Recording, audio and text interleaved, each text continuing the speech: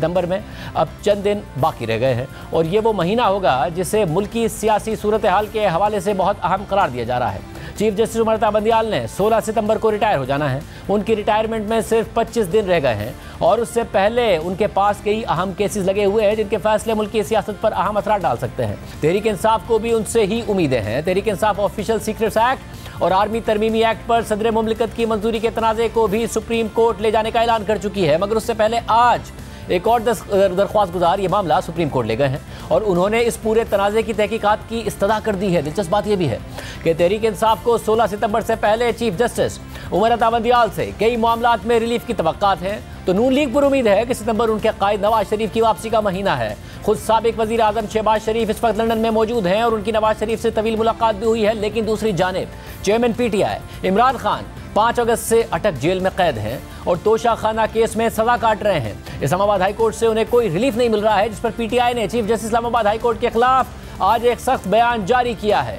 और उन्हें ओहदे से हटवाने के लिए रेफरेंस दायर करने का फैसला कर लिया है। तहम PTI को अब भी सुप्रीम कोर्ट से उम्मीदें हैं कि चेयरमैन PTI को वहां से ही रिलीफ मिल सकता है। कल का दिन इस लिहाज से अहम होगा क्योंकि कल सुप्रीम कोर्ट में तोशाखाना केस से मुताल्लिक चेयरमैन PTI की 3 अपीलों पर समाअत मुकर्रर है, जिन पर chief justice Umar Bandial, justice Jamal Mandokhail और जस्टिस मज़ाहिर नकवी समाअत करेंगे। लेकिन दिलचस्प बात यह है कि उनकी जिन अपीलों पर सुप्रीम कोर्ट में कल समाअत होनी है वो कानूनी माहिरीन के मुताबिक गैर मौसर करार दी जा सकती है, क्योंकि इस्लामाबाद हाई कोर्ट के 3 अगस्त के मुख्तलिफ फैसलों के खिलाफ चेयरमैन PTI इमरान खान ने जो अपीलें दायर की हुई हैं वो तोशाखाना केस के ट्रायल से मुताल्लिक हैं, जो कि 5 अगस्त को ही मुकम्मल हो गया था और उसका फैसला आ गया था और इमरान खान को सजा सुना दी गई थी और इस वक्त वो वही सजा काट रहे हैं। लिहाजा सवाल उठ रहा है कि ट्रायल कोर्ट के हतमी फैसले के 17 दिन बाद सुप्रीम कोर्ट उसके ट्रायल से मुताल्लिक दरख्वास्तें कैसे सुनेगी और कैसे ट्रायल पर कोई हुक्म जारी करेगी, और अगर ऐसा होता है तो ट्रायल कोर्ट के हतमी फैसले और इस्लामाबाद हाई कोर्ट में ज़ेर इल्तवा चेयरमैन PTI की अपील का क्या बनेगा। आज भी चेयरमैन PTI की appeal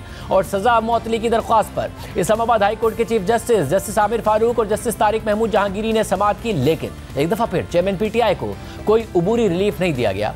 chief justice justice Aamir Farooq ने इस्तफसार किया कि केस का रिकॉर्ड मंगवाया था, क्या वो आ गया है, तो इलेक्शन कमीशन के वकील अमजद परवेज ने मुसद्दिका रिकॉर्ड की फराहमी के लिए 2 हफ्ते का वक्त मांग लिया, तो अदालत ने उनसे कहा कि हम कुछ वक्त देंगे।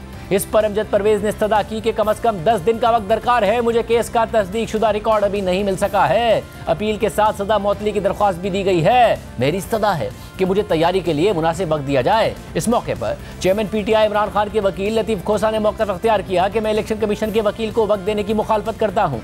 अदालत ने इलेक्शन कमीशन को नोटिस जारी करके आज जवाब तलब किया था। चेयरमैन PTI को कोई रियायत नहीं चाहिए, वो बुनियादी हक मांग रहे हैं। मेरी इस्तदा है कि आज ही सजा मौतली की दरख्वास्त मंजूर की जाए, आज ही उस पर फैसला किया जाए। लतीफ़ खोसा ने मजीद कहा कि ट्रायल कोर्ट की चेयरमैन PTI को सुनाई गई सजा गैर कानूनी है। सेशन अदालत के पास ये केस सुनने का इख्तियार ही नहीं था। सेक्रेटरी इलेक्शन कमीशन के पास शिकायत दायर करने की इजाजत देने का इख्तियार नहीं था। ट्रायल कोर्ट ने 1 दिन का भी वक्त दिए बगैर फैसला सुनाया था। ट्रायल कोर्ट ने हक के दिफा तक खत्म कर दिया था। इस मौके पर chief justice justice Aamir Farooq ने इलेक्शन कमीशन के वकील अमजद परवेज से मुकालमा किया कि 12-15 दिन बाद केस लगा है, आपको भी तैयारी कर लेनी चाहिए थी। हम ना खोसा साहब की बात मानते हैं और ना आपकी बात मानते हैं, हम इस केस को परसों के लिए रख लेते हैं। तो अमजद परवेज ने कहा कि फिर ऐसा करें कि कम से कम पीर को समाअत रख लें, लेकिन इस्लामाबाद हाई कोर्ट ने उनकी दरख्वास्त मुस्तरद करते हुए समाअत 24 अगस्त यानी परसों तक के लिए मुलतवी कर दी। इसके अलावा इस बेंच ने चेयरमैन PTI को जेल में सहूलियात की फराहमी और अडियाला जेल मुंतकली की दरख्वास्त पर भी समाअत की। चेयरमैन PTI के वकील शेर अफजल मरवत ने कहा कि हमें चेयरमैन PTI से मुलाकात की इजाज़त नहीं दी जा रही है, तो चीफ जस्टिस आमिर फारूक ने रिमार्क्स दिए कि समझ नहीं आ रहा है कि आपको मुलाकात से क्यों रोका गया है। मैंने तो कहा था कि 2-3 वकला मुलाकात के लिए चले जाएं और ज़्यादा रश ना हो। इसके बाद अदालत ने वफाकी हुकूमत और पंजाब हुकूमत के नुमाइंदों को नोटिस जारी करके जवाब तलब कर लिया है, मगर तहरीक इंसाफ ने इस्लामाबाद हाई कोर्ट की तरफ से चेयरमैन PTI इमरान खान की अपील को जुमेरात तक मुलतवी करने के फैसले पर सख्त रद्द-ए-अमल दिया है और चीफ जस्टिस आमिर फारूक के खिलाफ रेफरेंस दायर करने का फैसला कर लिया है। तहरीक इंसाफ की कोर कमेटी के एलामिया के मुताबिक चेयरमैन PTI की तोशाखाना केस में अपील पर समाअत जुमेरात तक मुलतवी करने की मजम्मत करते हैं। Chief justice Islamabad high court Aamir Farooq के खिलाफ रेफरेंस दायर करने का फैसला कर लिया गया है। Chief justice Islamabad high court खुद को मुकदमे की समाअत से फौरी तौर पर अलग करें।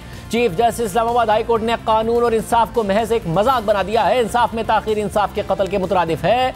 मामला इल्तवा में डालने का वाहिद मकसद चेयरमैन PTI इमरान खान से इंतकाम और तशद्दुद के सिलसिले का दवाम है। एलामिया के मुताबिक chief justice of Pakistan Islamabad high court के चीफ जस्टिस के अंदाजे फैसला साजी का नोटिस लें।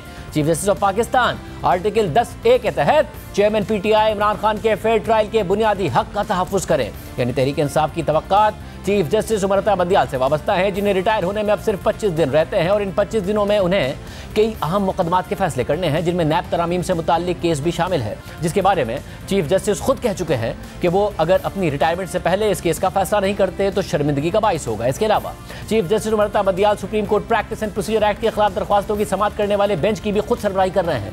13 अप्रैल से उस एक्ट को सुप्रीम कोर्ट ने मुअत्तल किया हुआ है, जिसकी वजह से खुद सुप्रीम कोर्ट के सीनियर जजेस आवाजें उठा रहे हैं। चीफ जस्टिस ने अपनी रिटायरमेंट से पहले ये केस भी निपटाना है, अगर वो निपटाना चाहें।